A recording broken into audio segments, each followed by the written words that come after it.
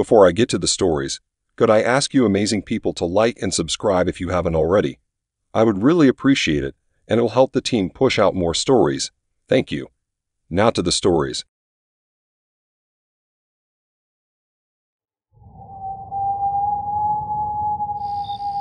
I know I shouldn't have taken that last order.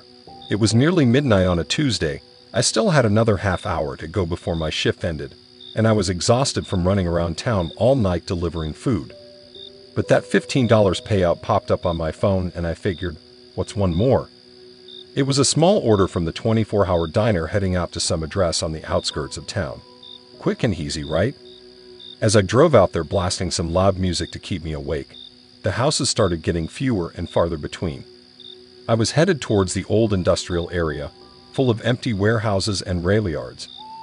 Definitely not where I'd want pepper steak and a milkshake delivered at this hour, but to each their own. Finally, the GPS told me I had arrived. I pulled up along a battered chain-link fence with barbed wire curled along the top. Behind it loomed a dark house, not much more than a decaying shack. The paint was faded and peeling, all the windows boarded up except for one on the side with a dim light glowing from behind tattered curtains. I hesitate before getting out of the car. No movement inside, no cars in the drive. Was this some kind of abandoned building?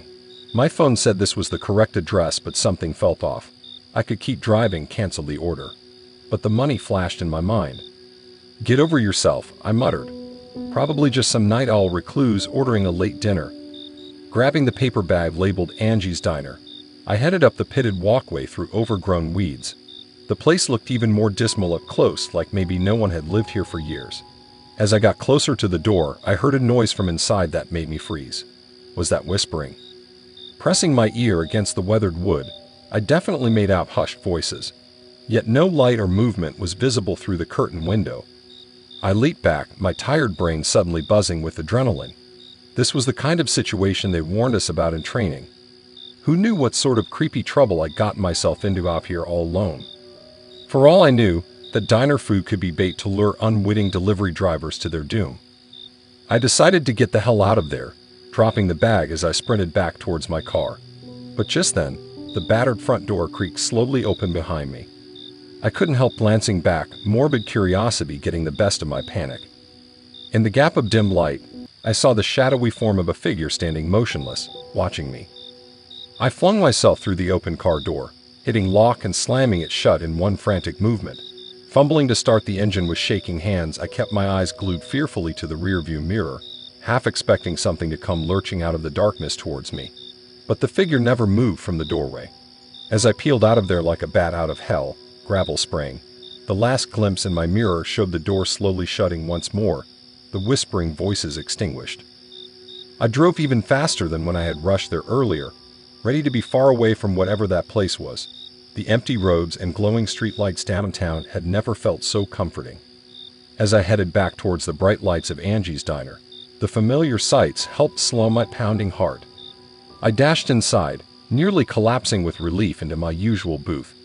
Angie came bustling over, looking concerned. Had something gone wrong with the order, she asked. I managed a shaky laugh and said you could call it that. When I explained what happened, her friendly face went grim. Oh yes, she knew that house. Everyone in town did. Years ago, an old lady had lived there alone, never leaving the place as far as anyone knew. The rare visitor said it was full of religious signs and tokens, like she worshipped something sinister inside. One day a neighbor realized no one had seen her in weeks, and police found her dead inside, seemingly ritualistically murdered. After that, the house stood abandoned, but neighbors still reported creepy noises and occasional lights late at night, as if some dark presence lingered. I shuddered, goosebumps rising as Angie told me the story. No wonder my phone hadn't given a name with the delivery instructions. Just an address, and a request to leave the food by the door written by someone named Mary. A nightmarish coincidence, or something more. Whatever was going on there, I wanted no part of it. I finished recounting my tale to Angie with a dramatic flourish, imagining I'd have a haunting story to tell at parties for years to come. But when I tried to laugh it off as I finally left the diner exhausted but relieved my night was over, I couldn't help glancing over my shoulder the whole way home, unable to shake the feeling that someone or something was still watching me through the darkness.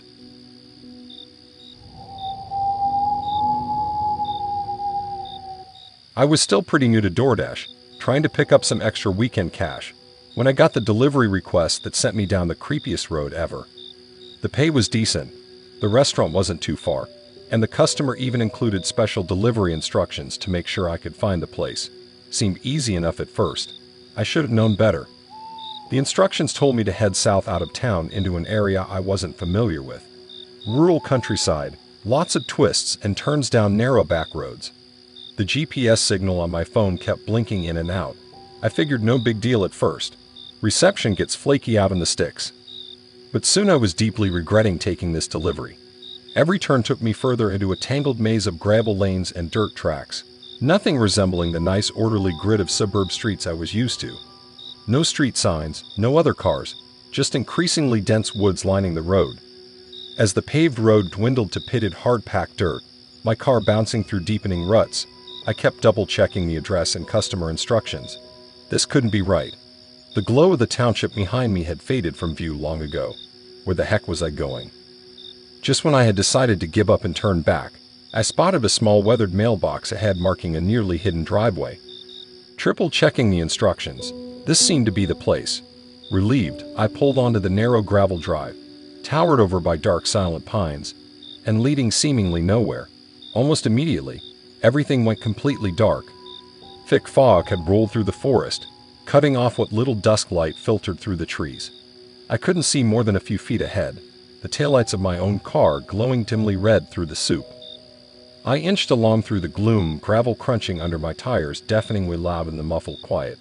The trees and fog pressed in oppressively on all sides, until I worried I was going to run smack into a cabin, or shed that suddenly loomed out of the blankness. But nothing emerged except more featureless, endless drive. How long had I been going? Where did this thing end? I swore under my breath, white-knuckle gripping the wheel. Starting to panic, I was 2 seconds from throwing this creepy delivery in the backseat and hightailing it out of there. Just as I resolved to turn around and floor it in reverse, the fog thinned for a moment up ahead. I spotted the vague outline of a small rundown house, flanked by the hulking shapes of neglected vehicles and junk piles. As quickly as it appeared, the house vanished back into the roiling fog. Gritting my teeth, I inched towards where I had glimpsed the delivery address. Finally, my car bumped gently into a final parked car, invisible until I was right on top of it. Shivering in the damp air, I grabbed the paper bag of hot food from the diner backseat. Time to drop this off and get gone. The fog swirled around me as I hurried up the broken concrete walkway. All was deathly quiet, and still, no movement anywhere I could see in the heavy gloom beyond the house's sagging porch.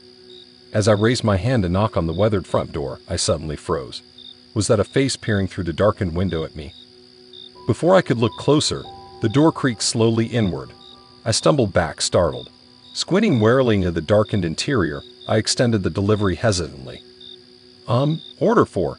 I checked the name. Clifford? From the gloom, a pale hand reached out to silently take the food from my trembling grip.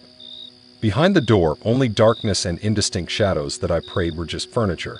As the hand withdrew back inside, the painted wood began to swing firmly shut once more. Just before it latched closed, I heard the softest exhalation of words float out, so quiet I barely made them out. You shouldn't have come here. I leaped backwards down the steps, nearly twisting my ankle as I fought the urge to scream. Staggering back up the drive to where I'd left my car, I flung myself inside and fumbled the key into ignition with shaking, frozen fingers. The engine stuttered alarmingly to life as I whispered desperate prayers for it not to stall. The headlights cut twin beams through the soapy fog, barely illuminating the way ahead. But I didn't need to see. One thought pounded through my brain as I slammed the car into drive. Get out, get out, get out. I careened recklessly back down that endless drive blindly, branches scraping the sides of my car as I skidded around corners. Finally, miraculously, I burst back out on a smooth paved road. Flooring the gas, I left nothing but swirling fog and shadows behind me. I've never gone back, refusing to even glance down roads that look remotely like the one to that house. And I stick to delivering in well-lit suburban areas I know by heart. But sometimes on foggy nights, I imagine I glimpse a pale face reflected in my window as I drive. And I can't shake the lingering whisper, you shouldn't have come here.